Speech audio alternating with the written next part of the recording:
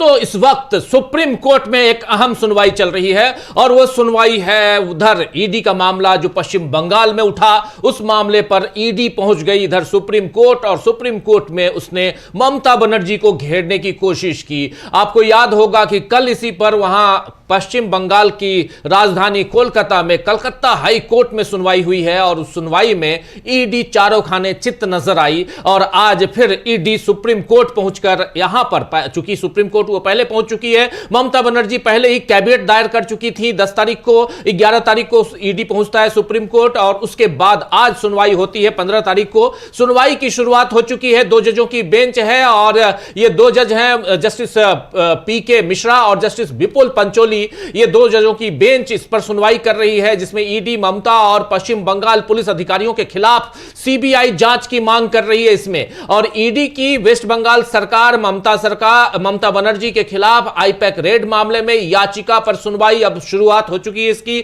Solicitor general Tushar Mehta और ASG additional solicitor general SV Raju, ये सब ईडी की तरफ से यहां अपनी बात रख रहे हैं और तुषार मेहता कह रहे हैं कि ये एक बहुत ही चौंकाने वाला पैटर्न दिखता है। पहले भी जब भी वैधानिक अधिकारियों ने वैधानिक शक्ति का इस्तेमाल किया, सीएम परिसर में घुस गई और यहां पर भी वही हुआ है कि जब ईडी पहुंचती है जांच के लिए और उसमें भी आईपैक के दफ्तर में, तो सीएम वहां पहुंच जाती हैं आईपैक के जो मालिक हैं, जो ओनर हैं, उनके घर और उसके बाद प्रतीक जैन के घर पर। और लेकिन प्रतीक जैन न सिर्फ आईपैक के कर्ता धर्ता हैं बल्कि प्रतीक जैन टीएमसी के भी वहां पर एक अधिकारी के रूप में है और उनका पूरा का पूरा जो सोशल मीडिया विंग है उसको हैंडल करते हैं, वो उसको देखते हैं और स्ट्रेटेजी बनाते हैं, चुनावी स्ट्रेटेजी खासकर रणनीति तैयार करते हैं। इस मसले पर हमारे साथी अमलेंदु उपाध्याय जी हमारे साथ जुड़े हुए हैं। अमलेंदु जी को भी स्क्रीन पर,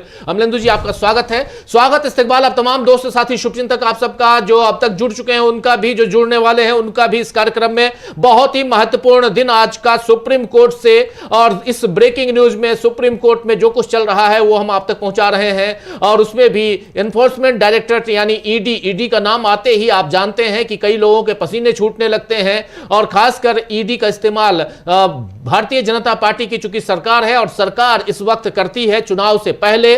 जिन जिन राज्यों में चुनाव हुए उन राज्यों में वहां जो विपक्षी दल है उसके सामने ईडी जाकर खड़ी हो जाती है और ऐसा ही यहां पश्चिम बंगाल में हुआ है। इससे पहले आप याद कीजिए, चाहे छत्तीसगढ़ हो, वहां ईडी की, आज भी जब यह हम चर्चा कर रहे हैं तो छत्तीसगढ़ में एक ईडी की कार्रवाई चल रही है। भूपेश बघेल के ऊपर ईडी की कार्रवाई चली, फिर आपने देखा उधर अशोक गहलोत के ऊपर ईडी की कार्रवाई चली, दिल्ली में आपने देखा कि अरविंद केजरीवाल के ऊपर ईडी की कार्रवाई चली, आपने देखा उधर बिहार झारखंड में आपने देखा कि कैसे ईडी की कार्रवाई वहां हेमंत सोरेन के खिलाफ चली। तो ये सारी चीजें, सारे पैटर्न ये बताते हैं कि चुनाव से पहले कहीं ना कहीं ईडी का इस्तेमाल किया जा रहा है सरकार की तरफ से और उस इस्तेमाल को यहां रोकने की जरूरत है।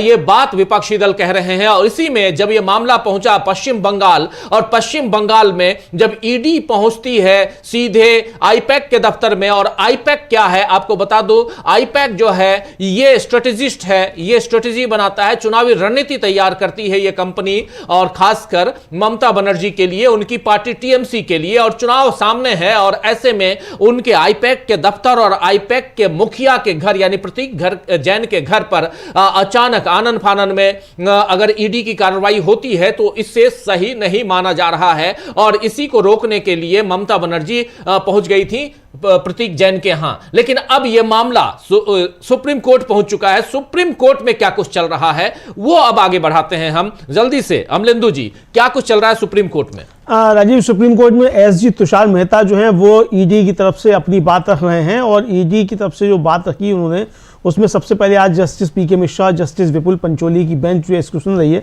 और जैसे ही बात रखना शुरू की तो उन्होंने सॉलिसिटर जनरल जो है उन्होंने कहा कि भाई ये एक बहुत ही चौंकाने वाला पैटर्न दिखाता है कि पहले भी जब भी वैधानिक अधिकारियों ने वैधानिक शक्ति का इस्तेमाल किया, सीएम जो है परिसर में घुस गई।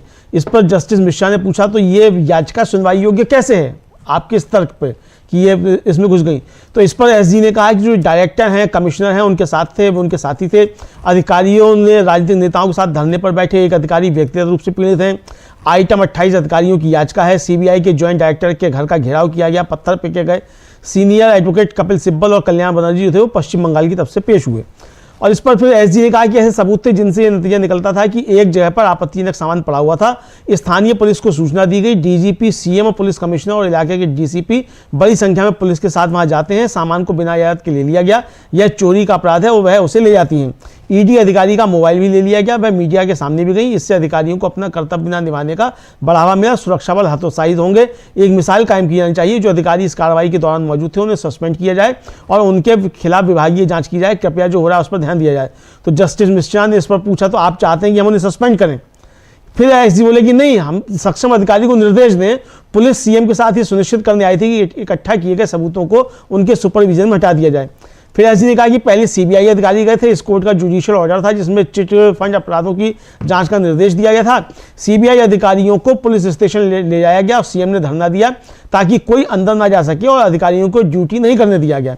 एक आरोपी की बेल एप्लीकेशन थी। मौजूदा मंत्री कोर्ट जाकर नारे लगाते हैं। इस मामले में भी यही स्थिति है। फिर आगे कहा कि कृपया देखें कि इस मामले में क्या हुआ। हम जब हाई कोर्ट गए, जब भीड़ तंत्र लोकतंत्र की जगह लेता है तो ऐसा ही होता है। हाई कोर्ट ने यही रिकॉर्ड किया है। बड़ी संख्या में वकील और दूसरे लोग हाई कोर्ट रूम में घुस गए और हंगामा किया। बेंच का कहना है कि सुनवाई के लिए सही माहौल नहीं था। तो जस्टिस मिश्रा ने पूछा कि क्या ये कल हुआ? तो उन्होंने बताया कि नहीं, ये कल नहीं हुआ। तो सिब्बल ने इस पर हस्तक्षेप किया। उन्होंने कहा कि 9 तारीख को मैंने वीडियो देखा था। इस बीच जो था वो सिब्बल और एसजी के बीच थोड़ी सी तीखी सी नोकझोंक होने लगी। इस पर जस्टिस मिश्रा ने कहा कि हंगामा मत करिए, अपनी बात आप जारी रखिए। तो एसजी जो थे वो कहने लगे कि मैंने रिकॉर्ड पर व्हाट्सएप चैट रखी हैं कि सत्ताधारी पार्टी के लॉबिंग के लोगों को लीगल सेल ने वहां जाने का निर्देश दिया था, यह कहते हुए कि सब लोग आओ। तो जस्टिस मिश्रा ने कहा कि जानबूझकर या अनजाने में एचसी ने कुछ रिकॉर्ड किया है, यह कहना है कि सब लोग आओ जैसे कि वह जंतर मंतर हो।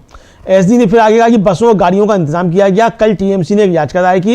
एक्टिंग चीफ जस्टिस को एक आदेश करना पड़ा कि वकीलों को छोड़कर किसी को भी अंदर आने की इजाजत नहीं होगी। इसका लाइव टेलीकास्ट हुआ था। सुनवाई संतोषजनक नहीं थी। ईडी को दिक्कतें हुई। माइक लगातार म्यूट किया जा रहा था। इस पर जस्टिस मिश्रा ने आपत्ति जताई। उनका लेकिन ये तो कोर्ट के कंट्रोल में होता है। अब इस पर कोई जवाब नहीं दिया एसजी ने। आगे अपनी बात रखी कि ईडी जो भी रिकवर करता है उसके पर्सनल कामों के लिए नहीं है। यह बहुत ही दुर्लभ बात है। चीफ जस्टिस को पता था कि मामले की सुनवाई नहीं हो सकती। मुझे मेंटेनेबिलिटी पर संतुष्ट होने दें। पीएमएलए की धारा 8 यह सिर्फ सरकार का एक अंग नहीं है। हम इसी मकसद के लिए मौजूद हैं। हम प्रॉपर्टी अटैच करते हैं, कब्जा लेते हैं। आखिरी फायदा किसे मिलता है? पीड़ित को लॉन्डर किए गए पैसे का फायदा मिलता है। स्पेशल कोर्ट पीड़ित दावेदार को प्रॉपर्टी वापस देने का निर्देश दे सकती है। मैं उन पीड़ितों का प्रतिनिधित्व करता हूं। ईडी ने अब तक लगभग 30,000 करोड़ से रुपए ज्यादा इकट्ठा किए हैं जो अपराध के पीड़ितों को दिए जाते हैं। हम सिर्फ एक संगठन नहीं है, हम पीड़ितों के हितों का प्रतिनिधित्व करते हैं। याचिकाकर्ता नंबर 2 एक व्यक्ति है। सीएम पुलिस ने हमारे खिलाफ 3 एफआईआर दर्ज की हैं कि हमने कुछ गैर कानूनी किया, धमकाया। उस एफआईआर के आधार पर उन्होंने सीसीटीवी हटा दी है। बिल्कुल बिल्कुल, बहुत सारी बातें आप बता रहे हैं। यहां पर पश्चिम बंगाल की तरफ से, पश्चिम बंगाल सरकार की तरफ से वरिष्ठ वकील कपिल सिब्बल और कल्याण बनर्जी पेश हुए हैं। कपिल सिब्बल और कल्याण बनर्जी यहां पर आज सुप्रीम कोर्ट में पेश हुए हैं और सॉलिसिटर जनरल भी सामने हैं। और सॉलिसिटर जनरल आप जानते हैं कि तुषार मेहता हैं और तुषार मेहता कह रहे हैं कि ऐसे सबूत मिले थे जिनसे यह निष्कर्ष निकाला कि आपत्तिजनक सामग्री एक परिसर में पड़ी थी। स्थानीय पुलिस को सूचना दी गई। डीजीपी, मुख्यमंत्री, पुलिस आयुक्त और क्षेत्र के इस एरिया के डीसीपी, बड़ी पुलिस टीम वहां गई और उन्होंने अनाधिकृत रूप से सामग्री ले ली। यह चोरी का अपराध है। वो सामग्री ले गई। ईडी अधिकारी का मोबाइल भी ले लिया गया। यह मीडिया के सामने भी गई और इससे अधिकारियों को अपने कर्तव्य का निर्वहन न करने का प्रोत्साहन मिलेगा। पुलिस बल का मनोबल गिरेगा। एक एग्जाम्पल स्थापित किया जाना चाहिए। कार्रवाई के दौरान मौजूद अधिकारियों को निलंबित किया जाए और विभागीय जांच के दायरे में लाया जाए। कृपया इस मामले का संज्ञान लें। यहां पर रोना गाना शुरू है ईडी की तरफ से और उनकी तरफ से, ईडी इन्फोर्समेंट डायरेक्टरेट की तरफ से खड़े हैं तुषार मेहता, और तुषार मेहता कह रहे हैं कि जब ईडी वहां पहुंचती है तो ईडी के सामने मुख्यमंत्री आ जाती हैं, पुलिस डीजीपी आ जाते हैं, पुलिस आयुक्त आ जाते हैं यानी एसपी आ जाते हैं, सुपरिटेंडेंट ऑफ पुलिस, उस एरिया के डीसीपी आ जाते हैं और बहुत बड़ी पुलिस की टीम वहां आ जाती है और अनाधिकृत रूप से यानी यहां से और बिना पूछे हुए वो सारे सामग्री उठा के ये लोग ले जाते हैं, सारे वो डॉक्यूमेंट्स उठा के ले जाते हैं जो ईडी को लेके आना था। ये चोरी का अपराध है, इनका कहना है ये चोरी की गई है। इससे पहले इन्होंने रोबरी की बात कही थी, डकैती की बात कही थी, आज चोरी शब्द का इस्तेमाल कर रहे हैं, जबकि हलफनामा में डकैती शब्द है। और यहां पर कह रहे हैं कि ये सारी सामग्री ममता बनर्जी उठा के ले गई, उनके पुलिस वाले लेके गए और फिर मीडिया के सामने भी ममता बनर्जी चली गई और इससे जो पुलिस का कर्तव्य है वो उसका निर्वहन नहीं हो रहा है, जो ईडी का कर्तव्य है उसका निर्वहन नहीं हो रहा है, इसलिए इसको संज्ञान में लीजिए और उस पर कार्रवाई कीजिए। तो इसके बाद जस्टिस मिश्रा कह रहे हैं, पूछ रहे हैं कि क्या आप चाहते हैं कि हम निलंबित करें, आप चाहते हैं कि हम पुलिस अधिकारियों को निलंबित करें, ये आप चाहते हैं? सॉलिसिटर जनरल कह रहे हैं नहीं, सक्षम प्राधिकार, हम ये नहीं चाहते कि आप निलंबित कीजिए, लेकिन सक्षम प्राधिकारी को निर्देश आप दीजिए। पुलिस मुख्यमंत्री के साथ यह सुनिश्चित करने के लिए आई थी कि उनके द्वारा एकत्र किए गए सबूत उनकी देखरेख में सारे यहां से मिटा दिए जाएं, हटाए जाएं, ये बात कह रहे हैं यहां पर सॉलिसिटर जनरल। और फिर उसके बाद जस्टिस मिश्रा कह रहे हैं कि पहले सीबीआई अधिकारी, माफी चाहूंगा, फिर यह कहा जा रहा है जस्टिस तुषार मेहता की तरफ से कि पहले सीबीआई अधिकारी गए थे, इस न्यायालय का एक न्यायिक आदेश था जिसमें चिट फंड अपराधों की जांच का निर्देश दिया गया था, सीबीआई अधिकारियों को पुलिस स्टेशन ले जाया गया, मुख्यमंत्री ने धरना दिया ताकि कोई अंदर ना जा सके, अधिकारियों को ड्यूटी करने की अनुमति नहीं दी गई, एक आरोपी को जमानत याचिका थी, मौजूदा मंत्री अदालत गए और वहां नारे लगाए। इस मामले में भी यही स्थिति हुई है। यहां पर फिर कह रहे हैं कि कृपया इस मामले में क्या हुआ इसको देखिए, और माननीय न्यायाधीश को कह रहे हैं कि इस मामले में क्या हुआ देखें। और यहां पर हमने उच्च न्यायालय से संपर्क किया, यही होता है जब भीड़ तंत्र लोकतंत्र की जगह ले लेता है। उच्च न्यायालय के रिकॉर्ड में यही दर्ज है, बड़ी संख्या में वकील और अन्य लोग उच्च न्यायालय के यानी हाई कोर्ट के प्रांगण में घुस गए और हंगामा किया, और उसके बाद यहां पर पीठ ने कहा कि सुनवाई के लिए माहौल अनुकूल नहीं था, और इसीलिए क्योंकि यह उस दिन हुआ जिस दिन 9 तारीख को वहां हाई कोर्ट में जो सुनवाई थी, उस सुनवाई का यहां पर पूरा डाटा दे रहे हैं, ब्यौरा दे रहे हैं तुषार मेहता। और इसके बाद कह रहे हैं कि यह कल की बात है।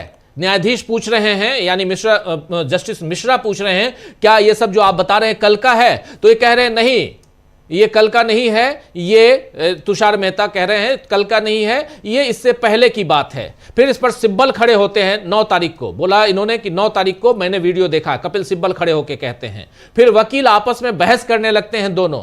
इसके बाद न्यायाधीश मिश्रा यानी जस्टिस मिश्रा कह रहे हैं कि यहां प्लीज यहां हंगामा मत कीजिए, कार्रवाई जारी रखते हैं हम, आप दोनों हंगामा मत कीजिए, आप दोनों यहां लड़ाई मत कीजिए। कपिल सिब्बल और तुषार मेहता के बीच यहां नोकझोंक हो जाती है, शुरू हो जाती है। इस पर इन्होंने कहा कि इसको मत कीजिए। इसके बाद तुषार मेहता कहते हैं कि मैंने व्हाट्सएप चैट रिकॉर्ड पर रखी है जिसमें सत्ताधारी पार्टी के कानून विभाग के लोगों को कानूनी प्रकोष्ठ द्वारा वहां जाने का निर्देश दिया गया था और कहा गया था सब लोग आएं, यानी सब लोगों को यह निर्देश दिया गया कि आप लोग वहां आइए, यानी कोर्ट रूम में आइए। तो यहां पर जस्टिस मिश्रा पूछ रहे हैं जानबूझकर हो या अनजाने में, उच्च न्यायालय ने कुछ तो दर्ज किया है, हाई कोर्ट ने कुछ तो दर्ज किया है, सबको आने के लिए कहा गया, मानो ये जंतर मंतर हो।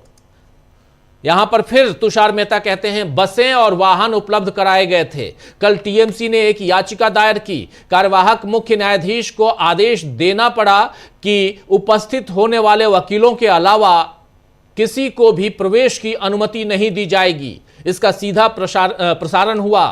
सुनवाई संतोषजनक नहीं रही, ईडी को कठिनाइयों का सामना करना पड़ा, माइक बार बार म्यूट किया जा रहा था। ये सारी बातें कह रहे हैं, इस पर जस्टिस मिश्रा कह रहे हैं, लेकिन ये अदालत के नियंत्रण में है, ये सब कुछ अदालत में होता है, अदालत के नियंत्रण में है, ये बातें वहां कही गई। यानी साफ साफ ये दिख रहा है अमलेंदु जी कि एक बच्चा जो आता है कहता है कि नहीं मम्मी मम्मी उसने मुझे मारा। वो स्थिति यहां पे कि कल हमारे साथ ऐसा किया गया वैसा किया गया, ये पूरी बात यहां सुप्रीम कोर्ट में बताई जा रही है और ये बताई जा रही राजीव जी, और ये एक कहा जाए असभ्यता है कि कल आप जाके हाई कोर्ट में आप मांग रहे हैं स्थगन कि आप इसको स्थगित कर दीजिए, और वहाँ आप कह रहे हैं एसजी राजू कि मेरा माइक बार बार म्यूट किया जा रहा है, और उस पर वहाँ जज ने डांटा कि आप जो है बार बार यहाँ की कार्रवाई हस्तक्षेप कर रहे हैं, व्यवधान कर रहे हैं, इसलिए हमने म्यूट किया है, ये कहा। और इसको लेकर आज एसजी वहाँ सुप्रीम कोर्ट में कह रहे हैं कि वहाँ हमको दिक्कत हुई, ईडी का बार बार जो था म्यूट किया जा रहा था। तो ये राजीव जी एक असभ्यता भी है कि आप हाईकोर्ट में जो चीज़ हुई उसकी आप लाकर यहाँ इस तरीके से उसको पोर्ट्रेट कर रहे हैं। बिल्कुल बिल्कुल बिल्कुल सही कह रहे हैं। तो ये पूरा का पूरा मामला जो है वो एक तरह से दिखाई दे रहा है कि इस मामले में कहीं ना कहीं ये जो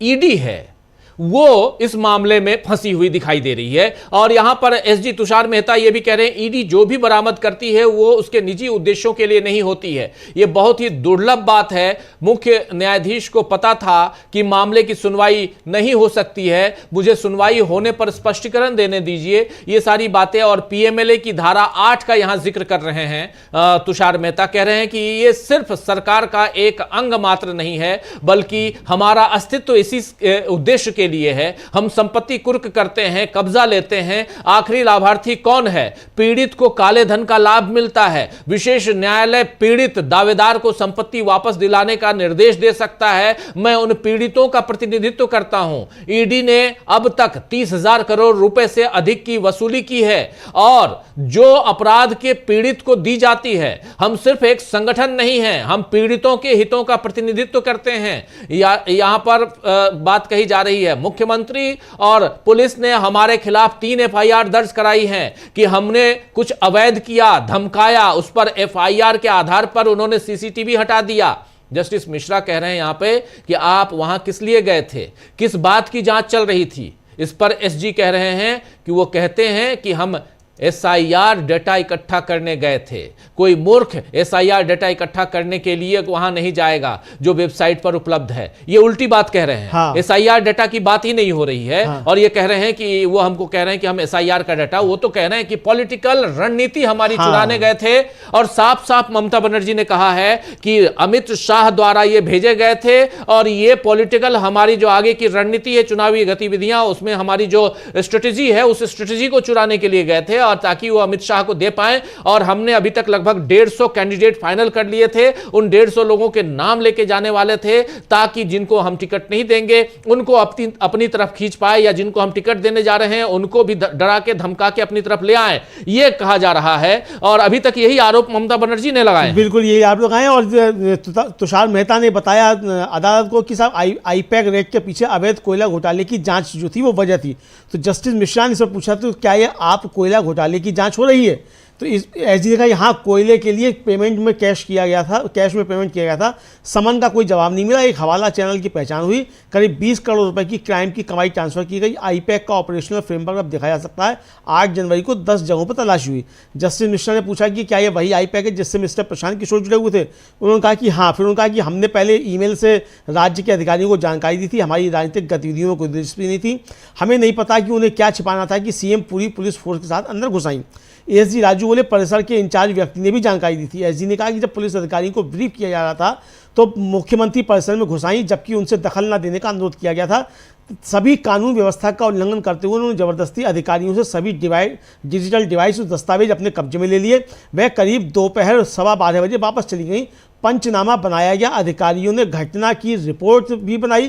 कृपया इस पूरी बात को देखें, तलाशी अधिकृत थी, जो लोग आए डीजी कमिश्नर, उन्हें पहचान पत्र अथॉरिटी लेटर दिखाए गए, फिर भी उनमें हिम्मत थी कि वे आपत्तिजनक सामग्री को अपनी हिरासत में ले लें और सार्वजनिक रूप से घोषणा करें कि ऐसा किया गया है। एक बार और हमेशा के लिए इस पर फैसला होना चाहिए।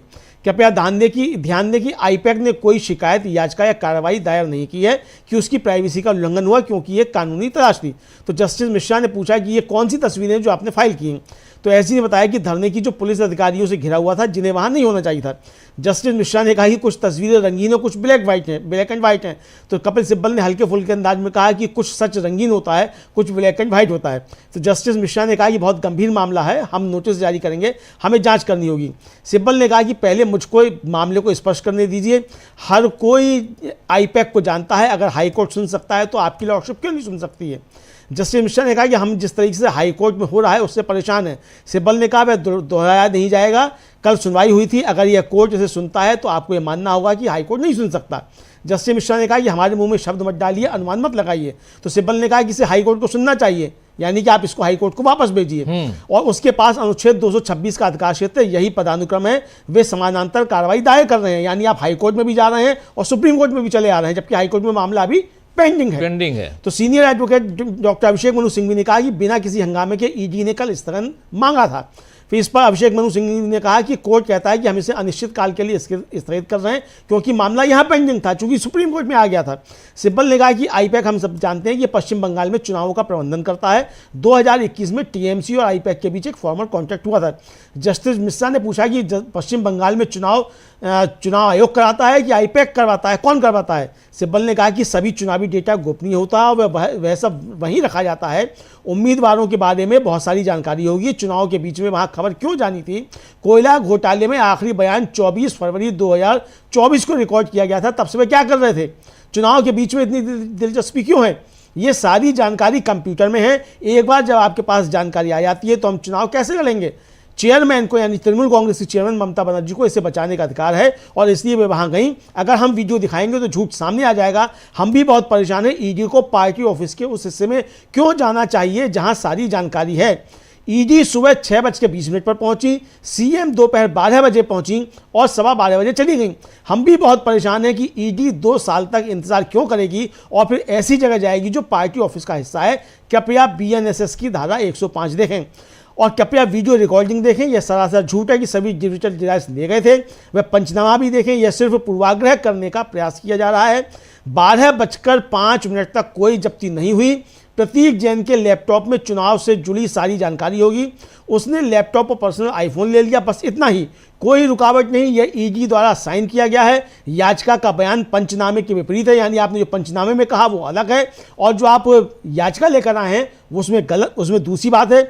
आईपैक के पास पार्टी का मटेरियल है, इसलिए ईडी वहां गई थी। ईडी ने जितना हो सका उतना मटेरियल इकट्ठा करने के लिए पूरी तरीके से गलत इरादे से काम किया। बिल्कुल, इसमें बहुत सारी चीजें चल रही हैं और यहां पर सॉलिसिटर जनरल ने साफ साफ कहा कि आईपैक की छापेमारी के पीछे, जो आईपैक में हमने छापेमारी की उसके पीछे अवैध कोयला घोटाले की जांच का हवाला है। यानी अवैध कोयला घोटाला की जांच के लिए यहां से ईडी गई थी और ईडी ने आईपैक के दफ्तर पर और आईपैक के मुखिया के यहां छापेमारी की। इस पर जस्टिस मिश्रा ने कहा कि क्या इस कोयला घोटाले की जांच चल रही है, तो इस पर सॉलिसिटर जनरल ने कहा जी हां, कोयले का भुगतान नगद में किया जाता था, समन का कोई जवाब नहीं मिला, एक हवाला चैनल की पहचान की गई, अपराध की लगभग 20 करोड़ रुपए की रकम हस्तांतरित की गई। आईपीसी की कार्यप्रणाली, आईपैक की कार्यप्रणाली अब देखी जा सकती है और 8 जनवरी को 10 परिसरों में तलाशी ली गई। 8 जनवरी को वहां से 10 परिसरों में तलाशी ली गई, जिसमें से एक आईपैक का दफ्तर था और एक जो था वो प्रतीक जैन का घर था। जस्टिस मिश्रा इस पे पूछते हैं कि क्या ये वही आईपैक है जिससे पहले प्रशांत किशोर जुड़े हुए थे।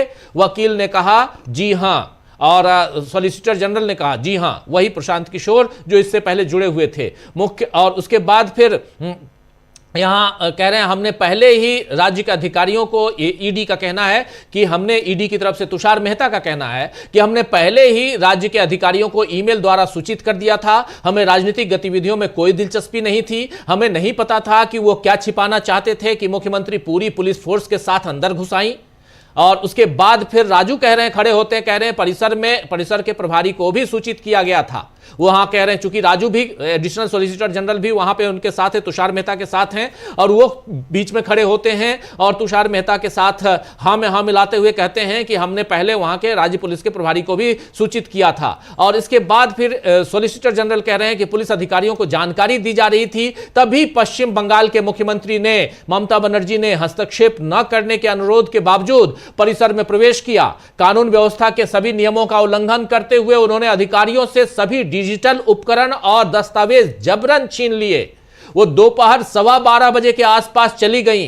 पंचनामा तैयार कर लिया गया है, अधिकारियों द्वारा घटना रिपोर्ट भी तैयार की गई है। कृपया इस मामले की पूरी जानकारी देखें आप। तलाशी जो है वो अधिकृत थी, तलाशी जो है वो अधिकृत थी, ये बता रहे हैं। और वहां उपस्थित लोगों, जिनमें महानिदेशक, आयुक्त यानी डीजीपी, एसपी, ये सबको पहचान पत्र, प्राधिकार पत्र दिखाए गए कि जो लोग गए हैं वो कौन हैं, वो ईडी के अधिकारी हैं, ये सब दिखाया गया। फिर भी उनमें आपत्तिजनक सामग्री को उन लोगों ने आपत्तिजनक सामग्री को कब्जे में लेने और सार्वजनिक रूप से इसकी घोषणा करने का साहस था। इस मामले का एक बार और हमेशा के लिए निपटारा होना चाहिए। इसके बाद कह रहे हैं एसजी तुषार मेहता ही ये बातें रख रहे हैं। तुषार मेहता आगे कह रहे हैं कि कृपया ध्यान दें कि आईपैक ने अपनी निजता के उल्लंघन के संबंध में कोई शिकायत, कोई याचिका या कोई कार्रवाई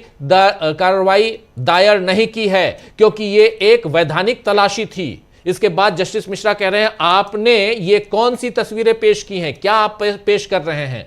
इस पर तुषार मेहता कह रहे हैं कि धरने की तस्वीर मैं पेश कर रहा हूं, पुलिस अधिकारियों से घिरे हुए, जिन्हें वहां नहीं होना चाहिए था। यानी धरना है और वहां पुलिस अधिकारी हैं, पुलिस अधिकारियों को नहीं होना चाहिए था वहां पे। जस्टिस मिश्रा कह रहे हैं कुछ तस्वीरें रंगीन हैं, कुछ काली सफेद, ऐसा क्यों? तो इस पर कपिल सिब्बल हल्के फुल्के अंदाज में कहते हैं कि कुछ सच रंगीन होता है और कुछ काला सफेद होता है। इस पर जस्टिस मिश्रा कह रहे हैं बहुत गंभीर मामला है, हम नोटिस जारी करेंगे, हमें जांच करनी होगी।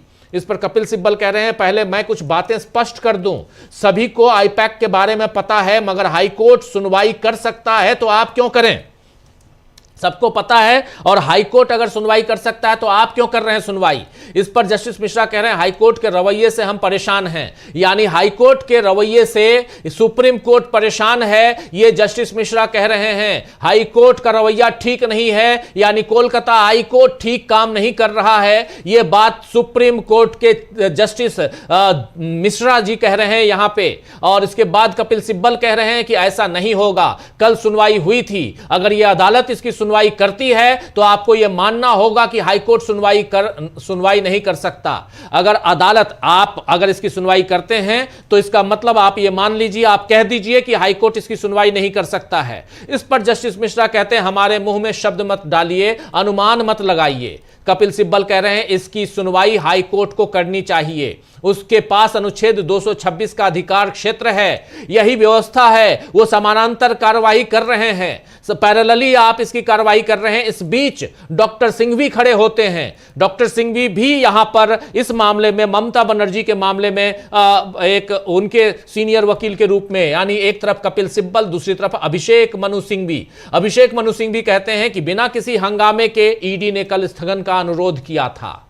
कपिल सिब्बल भी कहते हैं, पश्चिम बंगाल के चुनाव का जिम्मा आईपैक के पास है, यानी पश्चिम बंगाल में ममता बनर्जी की पार्टी टीएमसी के चुनाव का जिम्मा, उनकी रणनीति बनाने का जिम्मा, ये तमाम चीजें आईपैक के पास है। पार्टी ने 2021 में आईपैक के साथ एक औपचारिक अनुबंध किया था, औपचारिक रूप से एक कॉन्ट्रैक्ट साइन किया था, और उस कॉन्ट्रैक्ट के आधार पर आईपैक को पूरी रणनीति बनाने का अधिकार है। हमारा मानना है कि ईडी को इसकी जानकारी है, ये कह रहे हैं कपिल सिब्बल कि हम जानते हैं, हमारा मानना है कि ईडी को इसकी जानकारी है। इस पर जस्टिस मिश्रा कहते हैं कि पश्चिम बंगाल में चुनाव आईपैक द्वारा कराए जाते हैं या चुनाव आयोग द्वारा, ये पूछ रहे हैं, सवाल कर रहे हैं। इस पर कपिल सिब्बल कह रहे हैं कि आईपैक के पास कई तरह के आंकड़े रखे जाते हैं, जब वो वहां गए तो उन्हें पता था कि पार्टी से संबंधित कई आंकड़े वहां मौजूद होंगे। चुनाव के बीच में वहां जाने की क्या जरूरत थी? कोयला घोटाले की आखिरी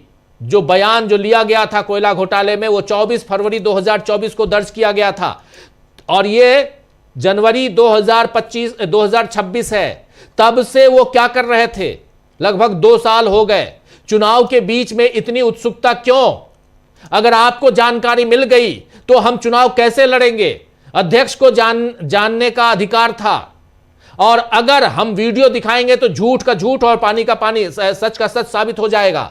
हम भी बेहद परेशान हैं। ईडी को पार्टी कार्यालय के उस हिस्से में क्यों जाना चाहिए जहां सारी जानकारी मौजूद है? कपिल सिब्बल बीएनएस की धारा 105 का हवाला देते हैं यहां पे, और कहते हैं कपिल सिब्बल कि मुख्यमंत्री द्वारा सभी उपकरण जब्त करने का आरोप झूठा है। यह उनके अपने पंचनामा से प्रमाणित है। यह सिर्फ पूर्वाग्रह पैदा करने के लिए किया जा रहा है। कपिल सिब्बल कह रहे हैं कि पंचनामा के माध्यम से अदालत का बचाव वो कर रहे हैं, यहां पे कह रहे हैं साफ साफ, और कह रहे हैं कि 12:05 तक कोई जब्ती नहीं हुई। प्रतीक जैन के लैपटॉप में चुनाव से संबंधित सभी जानकारी थी। उन्होंने लैपटॉप और अपना निजी आईफोन लिया, बस इतना ही। कोई बाधा नहीं थी किसी ढंग का उनकी जांच में, यानी ईडी की जांच में कोई भी बाधा वहां उत्पन्न नहीं की गई। इस पर ईडी के हस्ताक्षर हैं, देख लीजिए। और उसके बाद उस पंचनामा में ईडी का हस्ताक्षर भी दिखा रहे हैं। याचिका में कही गई बातें पंचनामा के विपरीत हैं, जो याचिका लगाई गई है ईडी की तरफ से। और आईपैक के पास पार्टी सामग्री थी, इसीलिए ईडी वहां गई थी। ईडी द्वारा अधिक से अधिक सामग्री एकत्र करने का यह पूरी तरह से दुर्भावनापूर्ण कृत्य है, यह कहा जा रहा है। उसके बाद जस्टिस मिश्रा कह रहे हैं आपका दावा विरोधाभासी है। अगर उनका इरादा वसूली का होता तो वो जब्त कर लेते, लेकिन कुछ भी जब्त नहीं किया गया। सिब्बल कह रहे हैं वे इसकी तस्वीर ले सकते थे, जब्त करना जरूरी नहीं था। पंचनामा से पता चलता है कि आईपैक कार्यालय या प्रतीक जैन के परिसर में कुछ भी अप्रिय घटना नहीं हुई। जस्टिस मिश्रा कह रहे हैं हमें जांच करनी होगी। बार बार जस्टिस मिश्रा यहां जांच की बात कर रहे हैं। कपिल सिब्बल कह रहे हैं नहीं नहीं, हमें सबूत पेश करने दीजिए। आप जांच की बात कर रहे हैं, हमको सबूत पेश करने दीजिए। जस्टिस मिश्रा कह रहे हैं आप हमें नोटिस जारी करने से नहीं रोक सकते। कह रहे हैं आप हमको नोटिस जारी करने से नहीं रोक सकते। उस पर कह रहे हैं कपिल सिब्बल हम सिर्फ आपको समझा सकते हैं, बाकी तो आपकी जो मर्जी आप करेंगे। यहां पर एक जबरदस्त बहस हो रही है। यह पूरी बात आपके सामने रख रहा हूं। कपिल सिब्बल और जस्टिस मिश्रा के खिलाफ के आमने सामने जबरदस्त बहस हो रही है। और यहां पर सुप्रीम कोर्ट के जस्टिस मिश्रा लगातार ईडी का साथ देते हुए, सरकार का साथ देते हुए, उसका पक्ष लेते हुए दिखाई पड़ रहे हैं और कह रहे हैं कि हमें जांच करना होगा, हमें जांच करना होगा। फाइनली कपिल सिब्बल कह रहे हैं कि यह आपकी मर्जी है, हम तो सिर्फ आपको समझा सकते हैं। हम लेंदू जी यहां ये आगे क्या हो रहा है? हाँ बिल्कुल राजीव जी, ये कहा कि उन्होंने, कपिल सिब्बल ने कहा कि वे उसकी फोटो ले सकते थे, उसे जब्त करने की जरूरत नहीं थी। पंचनामा से पता चलता है कि आईपैक के ऑफिस या प्रतीक जैन के ठिकाने पर कुछ भी गलत नहीं हुआ। जस्टिस मिश्रा ने कहा कि हमें इस पर जांच करनी होगी। कपिल सिब्बल ने कहा नहीं नहीं नहीं, हमको इसको दिखाने दीजिए आप पहले। जस्टिस मिश्रा ने इस पर कहा कि आप हमें नोटिस जारी करने से नहीं रोक सकते। कपिल सिब्बल ने कहा कि हम सिर्फ आपको समझा सकते हैं। 2024 में ईडी कुछ नहीं कर रही थी। क्यों नहीं कर रही थी 2024 से लेकर 2025 तक, पूरा 2 साल जो है, ये उन्होंने कहा। तो जस्टिस मिश्रा ने हल्के फुल्के के अंदाज में कहा कि माननीय एसजी कह रहे हैं, मतलब तुषार मेहता कह रहे हैं, अगर चुनाव के दौरान पैसे की मनी लॉन्ड्रिंग होती है तो इसमें उनकी क्या गलती है? तो एसजी बोले पश्चिम बंगाल में कोई चुनाव नहीं है। तो कपिल सिब्बल बोले अगर एसजी को इतनी जानकारी है तो ठीक है फिर। तो जस्टिस मिश्रा ने कहा कि अभी इसकी सूचना नहीं दी गई है, वह यही कह रहे हैं। कपिल सिब्बल ने कहा तो वह ऐसा कह सकते हैं, यानी कि अभी चूंकि अधिसूचना जारी नहीं हुई है तो इसलिए अभी कोई चुनाव नहीं है, ये उनका कहना है एसजी का। ये जस्टिस मिश्रा ने कहा। कपिल सिब्बल ने कहा कि अगर वो ऐसा कह रहे हैं तो ठीक है, तो वो ऐसा कह सकते हैं। फिर उन्होंने कहा कि उन्होंने मीडिया में दिखाया कि हमने दस्तावेज वगैरह ले लिए हैं। तो जस्टिस मिश्रा ने कहा कि सीजीआई ने बहस के समय के बारे में एक शेड्यूल बनाया था। इस पर एसजी बोले यह भी कहा जाना चाहिए कि वकील ऐसे मामलों पर शो में चर्चा नहीं कर सकते। कपिल सिब्बल ने कहा कि एक सर्कुलर भी जारी करें ताकि आपके अधिकारी अपनी पसंद के पत्रकारों को डिटेल्स लीक ना करें। तो सुप्रीम कोर्ट ने कहा कि यह इसके लिए सही जगह नहीं है। यानी आप जो इस मसले पर चर्चा कर रहे हैं कि वो अपने, चूंकि कपिल सिब्बल जो है वो राजीव जी अपना उनका यूट्यूब चैनल है उस पर शो करते हैं ना, दिल से कपिल, उसमें वो चर्चा करते हैं तमाम जो घटनाएं जो चल रही हैं उस पर, कि इस पर जो है वो चर्चा ना की जाए। ये ईडी का एक तरीके से कहना था। इस पर कपिल सिब्बल ने तंज कसा कि एक सर्कुलर ये भी जारी करें ताकि ईडी के अधिकारी जो है वो अपने पसंद के पत्रकारों को डिटेल्स लीक ना करें, चूँकि वो सूत्रों के हवाले से जो खबरें आई आती हैं ईडी की तरफ से, तो वो जो है वो खबरें जारी ना हो। ये कपिल सिब्बल ने कहा। सुप्रीम कोर्ट ने इस पर कहा कि ये इस मामले के लिए ठीक जगह नहीं है। जी बिल्कुल बिल्कुल, कपिल सिब्बल यहां अपनी बात रख रहे हैं। कह रहे हैं 2024 में ईडी कुछ नहीं कर रही थी। 2024 पूरा बीत गया। 24 फरवरी के बाद, 24 फरवरी 2024 के बाद सब कुछ, पूरा समय बीत गया, 25 बीत गया, 26 आ गई, 26 का साल, अभी हम लोग आज तारीख 15 जनवरी 2026 में है, 2024, 2025 और 26 में आ गए, अभी तक आप कुछ नहीं कर रहे थे। अब जब सामने चुनाव है तो आप पहुंच गए वहां आईपैक के दफ्तर में, प्रतीक जैन के घर पे। आखिर क्यों? जस्टिस मिश्रा इसमें हल्के फुल्के अंदाज में कहते हैं कि यहां पर माननीय मुख्य महासचिव जो एडिशनल सॉलिसिटर जनरल कह रहे हैं कि अगर चुनाव के दौरान मनी लॉन्ड्रिंग होती है तो इसमें उनकी क्या गलती है। इस पर सॉलिसिटर जनरल कह रहे हैं कि पश्चिम बंगाल में चुनाव नहीं है। तो फिर सिब्बल कह रहे हैं यहां पे अगर सॉलिसिटर जनरल की जानकारी यही है तो फिर उनको मुबारक हो, पश्चिम बंगाल में चुनाव नहीं है। अगर वो ये कह रहे हैं तो अच्छी बात है, फिर यही माना जाए। इस पर जस्टिस मिश्रा कह रहे हैं, पीके मिश्रा कह रहे हैं कि अभी इसकी अधिसूचना जारी नहीं हुई है, उनका यही कहना है। यानी जज साहब जो ऊपर बैठे हुए हैं वो सॉलिसिटर जनरल के पक्ष में, उनकी दलीलों के पक्ष में सामने कपिल सिब्बल को समझा रहे हैं कि वो क्या कह रहे हैं। हाँ, अब ये सोचिए कि एक जज, माफी चाहूंगा, सुप्रीम कोर्ट के जज सुप्रीम होते हैं, जस्टिस पीके मिश्रा यहां सफाई दे रहे हैं कि उन्होंने क्या कहा, यानी सॉलिसिटर जनरल ने क्या कहा।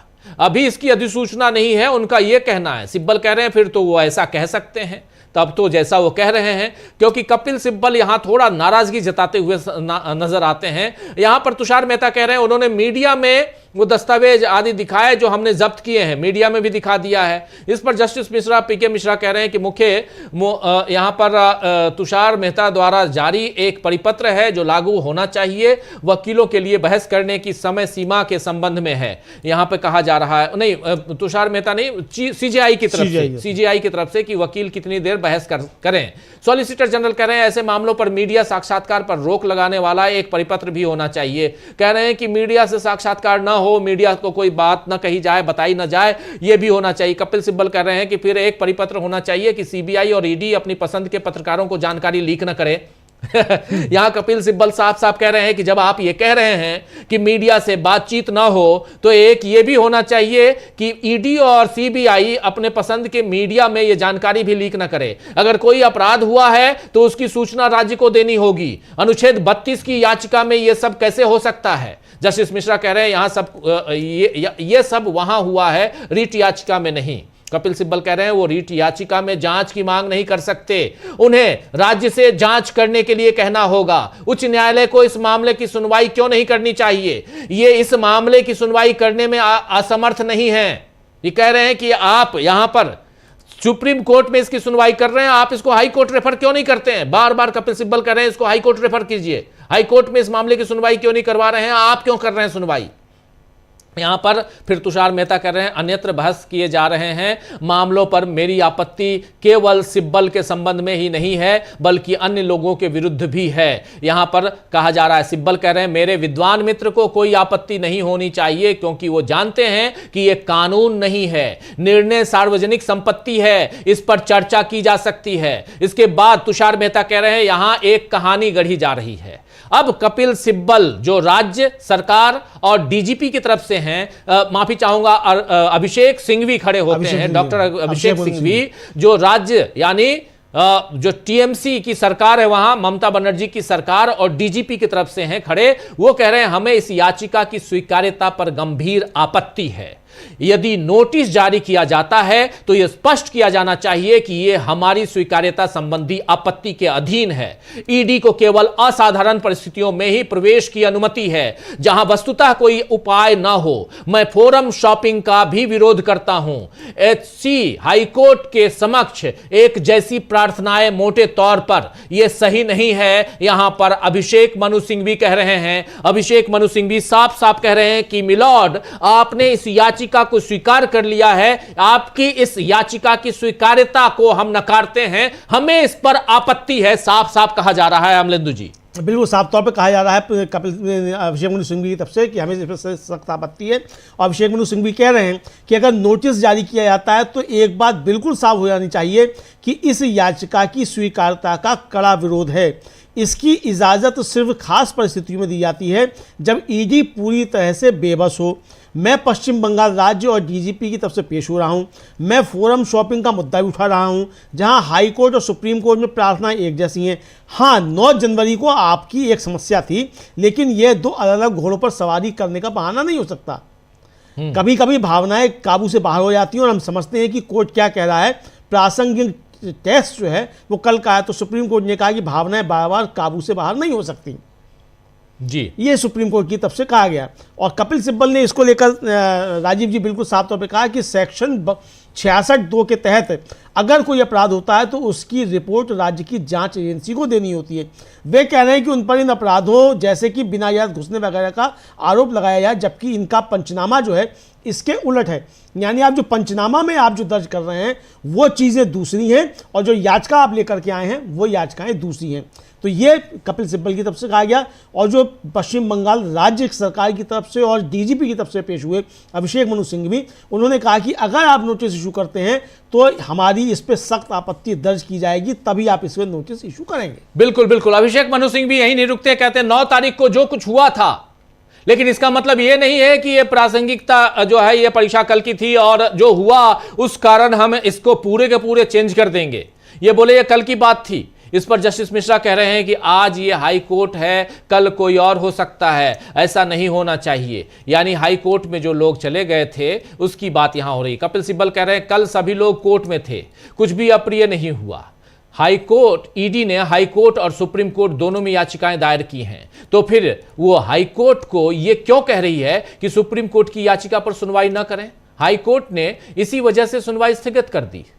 सिंघवी पंचनामा का हवाला देते हुए कहते हैं कि ये तो पंचनामा झूठ है, ये जो आप पंचनामा दिए हैं ये झूठ है, ये या ईडी की याचिका झूठ है, दोनों में से एक बता दीजिए। या तो पंचनामा झूठ है या ईडी की याचिका झूठ है। सॉलिसिटर जनरल तुषार मेहता यहां कहते हैं कि हमें सूचित किया गया था कि पहली और एकमात्र सूचना एक सामान्य ईमेल से मिली थी।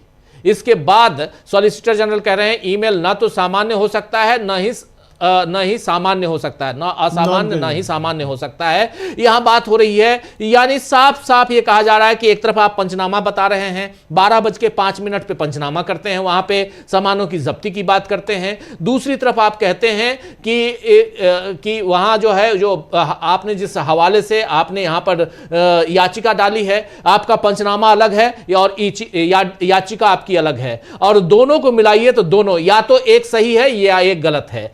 यानी या तो पंचनामा सही है या झूठ है, या तो ईडी की याचिका झूठ है या वो सही है। दोनों में से आप तय कर लीजिए कि क्या सही है क्या गलत है। यहां पर अभिषेक मनु सिंघवी खड़े होते हैं, वो अपनी बात यहां रख रहे हैं। दूसरी तरफ कपिल सिब्बल अपनी बात रख रहे हैं। कपिल सिब्बल, अभिषेक मनु सिंघवी और कल्याण बनर्जी, ये तीन यहां पर मुख्य रूप से 3 वरिष्ठ वकील खड़े हैं। और ममता बनर्जी, फिर ममता सरकार यानी वहां की पश्चिम बंगाल सरकार और डीजीपी, इन तीनों की तरफ से अलग अलग यहां पर इन याचिकाओं पर सुनवाई में अपनी बातें, अपनी दलीलें रखते हुए, लेकिन जज साहब, जस्टिस पीके मिश्रा साहब अड़े हुए हैं कि हम तो नोटिस जारी करेंगे, हम तो नोटिस जारी करेंगे, इसी में अड़े हुए हैं। हाँ, और बार बार यहां कहा जा रहा है कि आपको नोटिस जारी करना है मिलॉर्ड, आप कर दीजिए, उसमें कोई, लेकिन हमारी आपत्ति है इस नोटिस पे, हमारी आपत्ति दर्ज करते हुए आप इस नोटिस को जारी कीजिए। पहली बात। दूसरी बात यहां कही जा रही है, एक ही याचिका आप हाई कोर्ट में लगाते हैं और दूसरी वही याचिका आप सुप्रीम कोर्ट में लगाते हैं। हाई कोर्ट में लगाते हैं, वहां कहते हैं कि इसको आप हम चूंकि सुप्रीम कोर्ट में हैं तो यहां इसको आप एडजर्न कर दीजिए, आप तुरंत एडजर्नमेंट मोशन मांगते हैं। दूसरी तरफ आप आते हैं सुप्रीम कोर्ट में तो वो बातें जो आपने हाई कोर्ट में कही है उससे उलट आप सुप्रीम कोर्ट में बात करने लगते हैं। ये ईडी सही है या गलत है, इसी की बात यहां पर ये तीनों वरिष्ठ वकील, जिसमें कपिल सिब्बल और अभिषेक सिंघवी और कल्याण बनर्जी, तीनों अपनी बात रख रहे हैं। अमलेंदु जी, आगे क्या कुछ चल रहा है? हाँ बिल्कुल, ये इस पर सिंघवी ने कहा, मतलब घेर लिया उनको, एसजी को, इस पर कि क्या आपने पूरा वाक्य सुना? तलाशी 6:45 पर शुरू हुई, ईमेल बाद में 11:30 बजे आया। यह सबूत मिटाने का एक तरीका था, कागजी सबूत बनाए गए। मैं वहाँ इसलिए था क्योंकि जानकारी मिली थी, मतलब ममता बनर्जी वहाँ इसलिए थी, राज्य सरकार वहाँ इसलिए थी, डीजीपी वहाँ इसलिए थी कि कुछ अनजान लोग इस जगह में घुस गए हैं। ईडी अधिकारियों ने देर से अपनी पहचान बताई। सीएम को Z+ सुरक्षा मिली हुई, हम बिना नोटिस के भी जवाब दे सकते हैं। ये सिंघवी ने कहा कि आपको नोटिस इशू करने की आवश्यकता नहीं होगी, हम बिना नोटिस के भी जवाब दे सकते हैं और हमारा जवाब ये है कि सीएम को Z+ की सुरक्षा है तो इसलिए उनके साथ पुलिस होगी। और जस्टिस मिश्रा ने कहा यह कानूनी तरीके से होना चाहिए। सीनियर एडवोकेट श्याम दीवान जो थे वो बीच में खड़े हुए, उनका ये कल की सुनवाई व्यवस्थित तरीके से हुई। 9 जनवरी की गड़बड़ी इस कोर्ट द्वारा नोटिस जारी करने पर कोई असर नहीं दिखना चाहिए। एएसजी राजू ने कहा कि सीबीआई जो है एफआईआर दर्ज करने के लिए सिर्फ संज्ञेय अपराध का प्रथम दृष्टया मामला होना चाहिए, किसी जांच की जरूरत नहीं है, आरोपी की बात नहीं सुनी जाती। हमने बहुत सावधानी बरतते हुए प्रतिवादी बनाया है। मुद्दा यह है कि क्या कोई संज्ञेय अपराध हुआ है। माने गए बयानों के आधार पर धमकी, लूट, डकैती का अपराध बनता है। कुछ पुलिसकर्मी हथियारबंद थे, गलत तरीके से रोका गया। अब कौन सी पुलिस होती है जो हथियारबंद नहीं होती है, एएसजी राजू साहब ये भी बता दें जी। क्या ये जो आप जो अपने साथ सीआरपीएफ लेके गए थे जो या सीआईए सब जो भी आप लेके गए थे, क्या वो हथियारबंद नहीं थी? कौन सी पुलिस होती है जिसमें हथियारबंद नहीं होती है राजीव जी?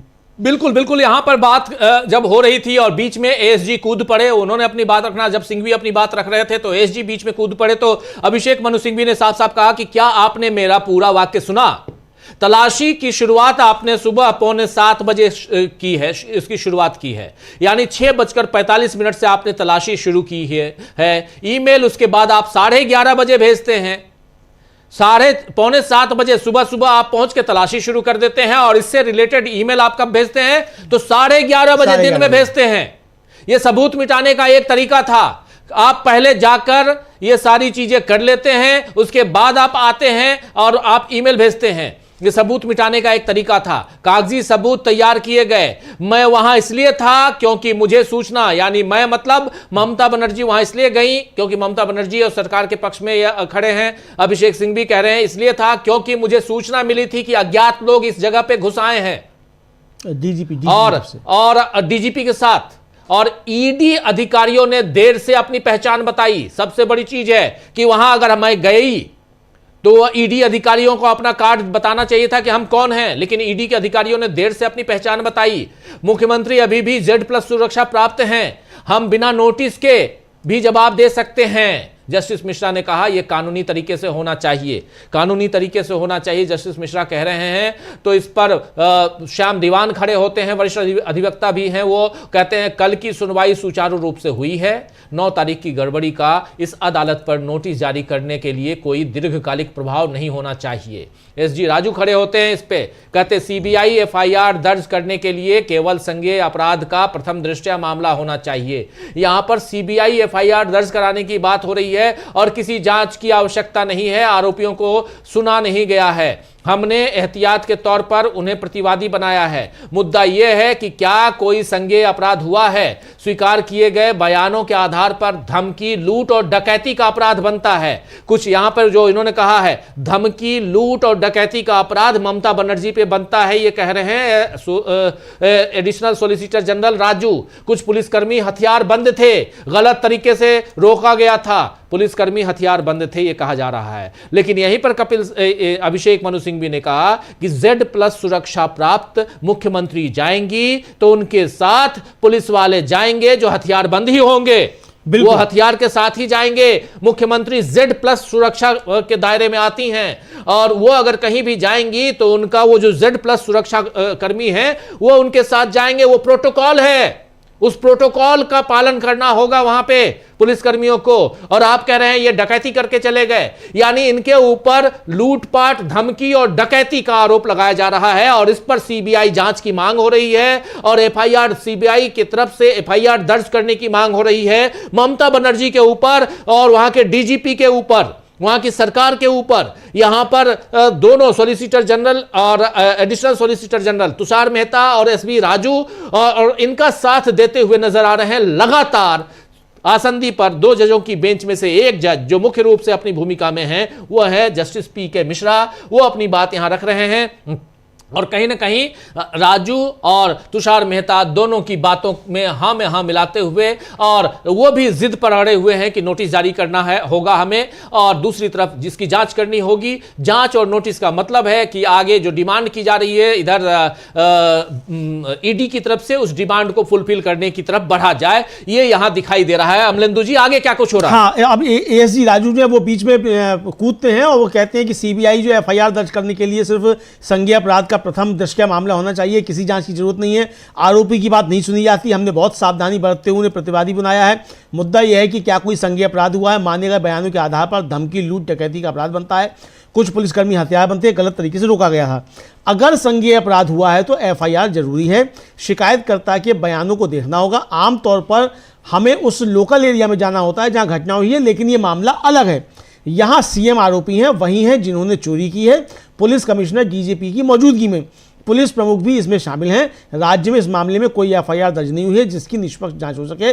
सीबीआई जांच का आदेश देना होगा। जी, यहां सीबीआई जांच के आदेश पर टिके हुए हैं, डटे हुए हैं यहां एएसजी यानी additional solicitor general Raju SV Raju कह रहे ये संज्ञेय अपराध है और ये संज्ञेय अपराध होने पर एफआईआर दर्ज करना जरूरी है, अनिवार्य है। मुखबिर के बयानों की जांच करनी होगी। आमतौर पर मुझे घटनास्थल पर जाना पड़ता है, लेकिन ये मामला अलग है। यहां सीएम आरोपी हैं, उन्होंने चोरी की है, डकैती की है, अपराध किया है, धमकाया है और इसलिए उनके ऊपर एफआईआर दर्ज होनी चाहिए। पुलिस कमिश्नर, डीजीपी और पुलिस प्रमुख की मौजूदगी में यह सब हुआ है। इस मामले में राज्य में कोई एफआईआर दर्ज नहीं की गई है जिसकी निष्पक्ष जांच हो सके। सीबीआई जांच का आदेश आपको देना होगा मिलॉर्ड।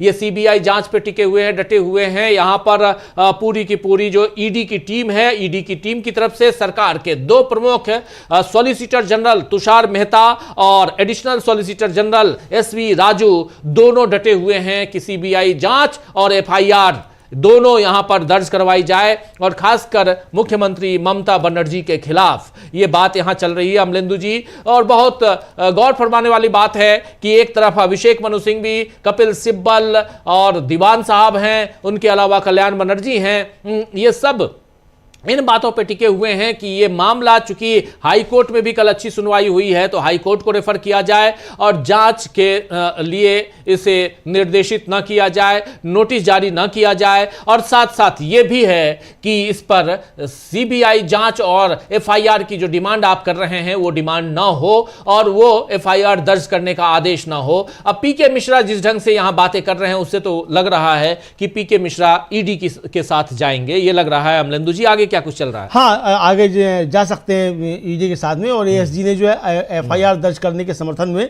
कुछ फैसले जो है उनका हवाला दिया। फिर उनका मैं सीधे यहाँ आ सकता हूँ, हाई कोर्ट जाने की आवश्यकता नहीं है। तो जस्टिस मिश्रा ने कहा कि आप हाई कोर्ट के सामने जारी क्यों नहीं कर सकते, लंच के बाद जवाब दें। यानी अब जस्टिस मिश्रा ने पूछा कि भाई आप इस मामले को हाई कोर्ट में क्यों नहीं ले जाना चाहते, इसके बारे में आप अब हमको जवाब दीजिए और लंच ब्रेक के बाद आप हमको इस पर जवाब दीजिए कि आप इस मामले की सुनवाई हाई कोर्ट में करना क्यों नहीं चाहते। बिल्कुल बिल्कुल बिल्कुल। यहां पर additional solicitor general SB Raju कुछ एफआईआर दर्ज करने के समर्थन में कुछ फैसलों का हवाला दे रहे हैं। कुछ फैसलों का हवाला दे रहे हैं जो पहले फैसले हुए जिसमें एफआईआर दर्ज, ये चाह रहे हैं कि किसी भी ढंग से ममता बनर्जी के खिलाफ एफआईआर दर्ज हो जाए।